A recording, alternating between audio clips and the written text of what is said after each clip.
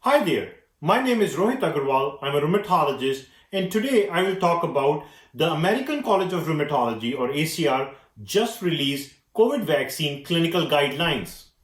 The purpose of these guidelines is to tell rheumatologists and doctors on how to administer COVID vaccine in a patient with immunosuppressive drug in autoimmune disease and other rheumatic conditions.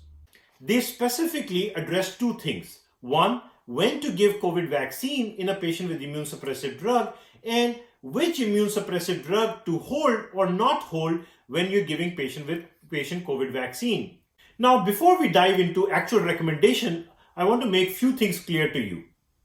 The document makes it very clear that first, there's not a lot of data on which these recommendations are based on. These recommendations are based on more to maximize the response of the vaccine in a patient with autoimmune disease or rheumatic disease who is on immune suppressive drug. Second, these are the recommendations currently. As the more data come in, maybe in a month or maybe in 6 months, these recommendations may change. Thirdly, to give the COVID vaccine and when to give, and to hold the immune suppressive drug or not to hold immune suppressive drug is a highly patient dependent decision. It depends on the disease, it depends on the condition of the patient, and so that decision ultimately should be taken after discussing with your own doctor. These are just the guidelines that help you to come to that decision.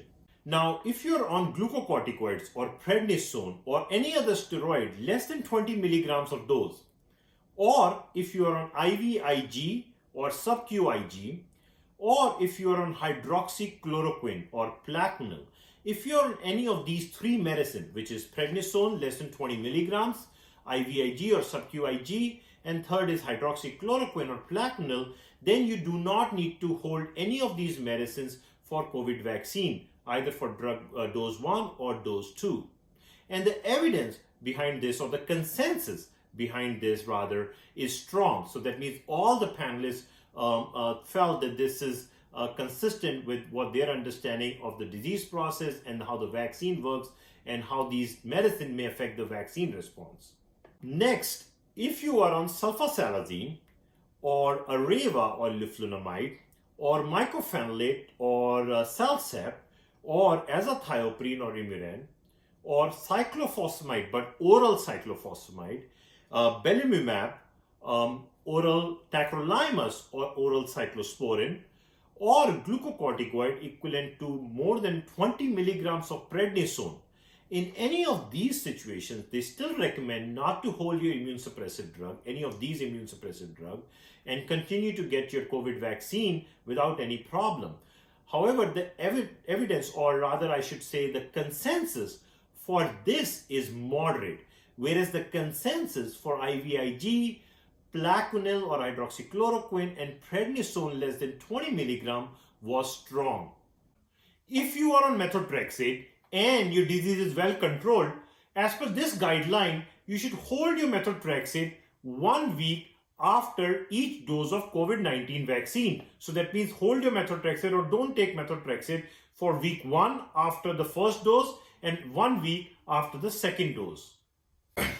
Now, what about JAK inhibitors? JAK inhibitors are the class of drug which includes tofacitinib or Xeljanz, baricitinib or Olumiant, or upadacitinib or Rinvoq.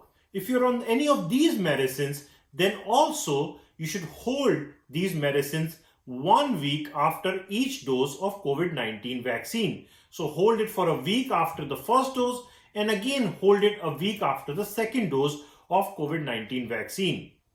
So next, if you're on abatacept, which is Orencia, and a sub-Q or injectable Orencia once a week, in that case, what they recommend to hold the injection 1 week prior to the vaccine, COVID-19 vaccine, first dose, and 1 week after the first dose of the vaccine. So that means interruption for 2 weeks.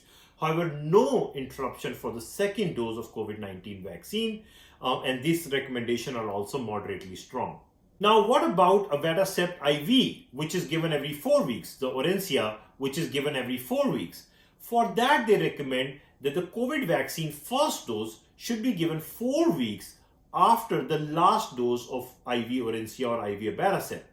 And the next dose should be delayed probably for a week after getting the first COVID vaccine. Now remember, this infusion of abatacept is every 4 weeks. So interruption really is only for about a week. So there's a 5 week in between. So 4 weeks before the vaccine, not to get any IV drug, IV abatacept, and 1 week after the vaccine to hold off getting the infusion and just delay your infusion by 1 week. The second dose, they do not recommend any modification for second dose of COVID vaccine. Now, what about rituximab? A lot of our patients are on rituximab.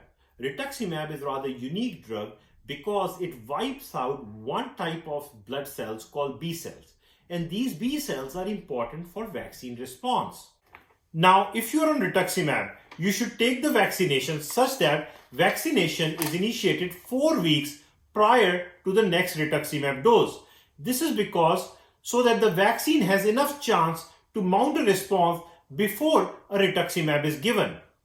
And if possible, delay the rituximab dose such that it is given 2 to 4 weeks after the second dose of the vaccine. Now, what about IV cyclophosphamide or Cytoxan, which is typically given every 4 weeks? For that, they recommend to time IV cyclophosphamide such that patient gets the dose of cyclophosphamide 1 week after the first dose of COVID vaccine and also 1 week after the second dose of COVID vaccine. So essentially delay the IV infusion such that you have about a week for vaccine response before you give IV cyclophosphamide.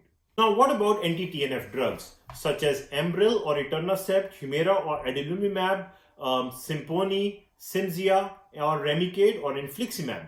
For these anti-TNF drugs, also they recommend not holding the immune suppression for COVID vaccine at all. Now, last but not the least, they have recommendation for other medications which are commonly used for ankylosing spondylitis or vasculitis or psoriatic arthritis, which are serilumab, which is Kevzara, tocilizumab, which is Actemra, anakinra, canakinumab, which is Ilaris, ixekizumab, which is Taltz, secukinumab, which is Cosentyx, ustekinumab, which is Telera, and guselkumab, which is Tremfya.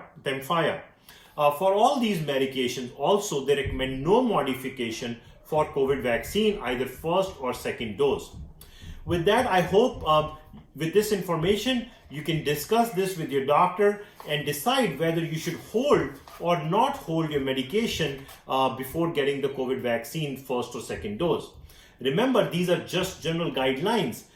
Actual decision, your particular decision should be taken with you discussing this with your particular doctor because it depends on your disease state, other medications you're on, and other comorbid conditions you may have.